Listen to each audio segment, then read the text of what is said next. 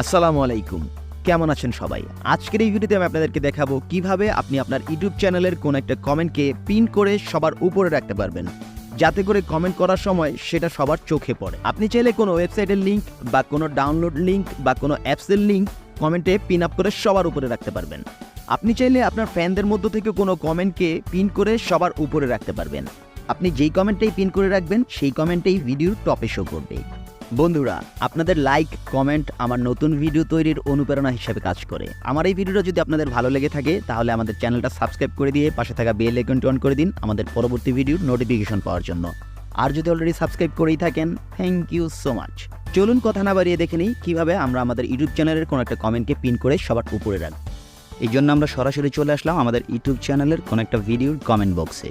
আপনি চাইলে আপনার যে কোনো শর্ট ভিডিওর কোনো কমেন্টকেও কিন্তু এভাবে পিন করে রাখতে পারবেন। আপনি কিন্তু এখান থেকে যে কোনো কমেন্টকে পিন করতে পারবেন, চাইলে আপনি নতুন কমেন্টও করে নিতে পারেন।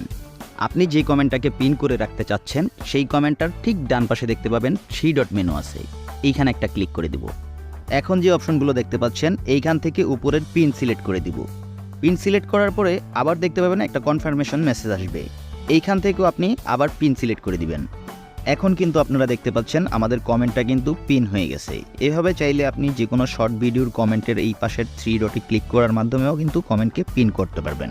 আপনি চাইলে নতুন কোনো কমেন্ট করেও সেটাকে পিন করতে পারবেন। সেই কমেন্টে আপনি আপনার যে কোনো ডাউনলোড লিঙ্ক বা কোনো ওয়েবসাইটের লিঙ্ক বা কোনো অ্যাপসের ডাউনলোড লিঙ্কও শেয়ার করতে পারবেন।